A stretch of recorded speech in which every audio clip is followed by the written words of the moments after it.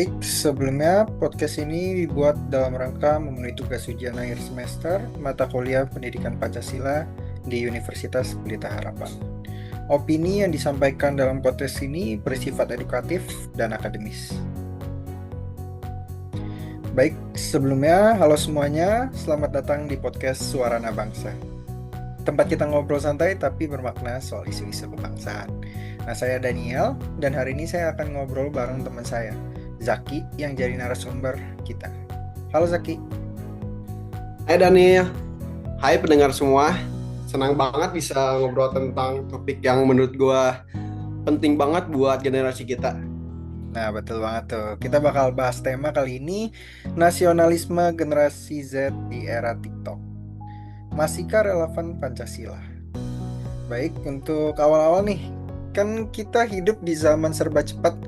Bangun tidur, buka TikTok, tidur pun sambil scroll Instagram. Nah, Gen Z atau generasi kita ini lebih banyak tahu tentang budaya luar kan daripada budaya sendiri. Nah, dari gaya berpakaian juga, musik, sampai cara berpikir juga, sampai ngikutin budaya luar juga. Ini bukan salah, karena globalisasi memang tidak terhindarkan. Tapi jadi muncul pertanyaan kan, apakah rasa nasionalisme itu masih ada? Betul banget nih ya. Nasionalisme itu zaman sekarang udah nggak bisa diukur dengan hafal lagu Indonesia Raya aja. Sekarang bisa bentuk nasionalisme itu lebih luas dalam kompleks. Tapi justru karena globalisasi penting banget buat kita tetap punya akarnya gitu, yaitu identitas nasional. Dan disinilah Pancasila jadi penting. Yes, betul banget. Nah, Pancasila itu bukan sekedar hafalan 5 sila aja kan biasa yang di sekolah itu. Nah, dia itu atau Pancasila itu juga fondasi nilai yang bisa jadi kompas moral. Nah, bahkan di tengah arus TikTok ini, tren Korea sama global lainnya juga gitu. Nah, masalahnya banyak nih dari kita yang mungkin sudah lupa atau bahkan nggak sadar bahwa sikap-sikap kita itu di medsos pun harus tetap mencerminkan nilai-nilai Pancasila. Misalnya nih, pas kita ngejek logat daerah orang lain, itu sebenarnya bertentangan banget sama sila ketiga, yaitu Persatuan Indonesia. Nah, iya makanya kita perlu refleksi sih, apakah nasionalisme ini hanya simbolik aja atau benar-benar kita hayati di negara kita ini gitu. Baik, untuk selanjutnya nih, Zak, menurut lu pribadi nih, nasionalisme Gen Z itu bentuknya kayak gimana sih kalau sekedis zaman-zaman sekarang itu di Indonesia? Kalau menurut gue sih ya, kalau dulu mungkin nasionalisme itu ditunjukkan lewat bela negara atau upacara yang setiap kita lakukan di setiap hari Senin. Nah, sekarang bentuknya bisa lebih digital. Contohnya nih, dukung produk lokal, terus angkat budaya Indonesia di konten yang kreatif dan juga menyebarkan nilai-nilai positif soal bangsa kita.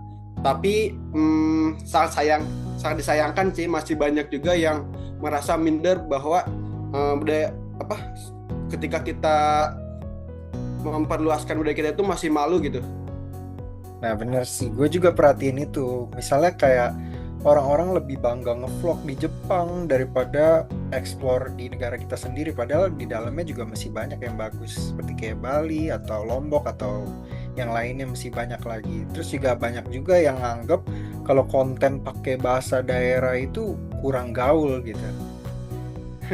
Padahal itu kalau kita lihat prinsip Pancasila nih ya, terutama sila kelima itu kan bunyinya keadilan sosial bagi seluruh rakyat Indonesia. Nah, seharusnya kita menghargai semua latar belakang dan budaya yang ada di Indonesia, bukan malah mencibir gitu nih ya. Nah iya sih, ini juga menarik kalau kita tarik ke Society 5.0 di mana manusia dan teknologi itu bersinergi. Nah pertanyaannya gini, kita mau jadi generasi yang hanya konsumen budaya luar atau jadi produsen budaya lokal yang keren gitu? Gini sebenarnya sekarang tuh banyak peluang banget nih buat jadi produsen itu. Cuman misalnya kita bikin konten TikTok pakai lagu-lagu daerah, terus atau promosi tempat wisata lokal. Bahkan banyak juga konten kreator muda yang mudah mulai ke arah itu gitu. Tapi tapi tetap aja ada tantangan kan. Misalnya nih algoritma TikTok kan juga cenderung promosiin konten dari luar ya kebanyakan. Terus kalau kita nggak punya kesadaran nasional nih, lama-lama konten budaya kita sendiri juga lama-lama tenggelam dan makin nggak laku gitu. Nah, makanya kita tuh butuh banget nih nasionalisme yang aktif, bukan pasif. Artinya kita tuh sadar bahwa sebagai anak bangsa kita punya tanggung jawab buat ikut menjaga dan memperluaskan atau mempromosikan identitas kita sebagai rakyat Indonesia gitu, baik itu lewat konten, sikap, bahkan cara ngomong di ruangan digital. Nah, benar banget tuh. Dan perlu diingat juga ya, nasionalisme itu bukan berarti anti globalisasi. Kita tetap bisa suka budaya lain seperti kayak misalnya K-pop atau budaya luar, tapi tetap bangga jadi orang Indonesia. Nah, yang penting itu jangan lupa akar kita. Kita itu berasal dari mana yang kita perlu kembangin gitu. Exactly nih ya.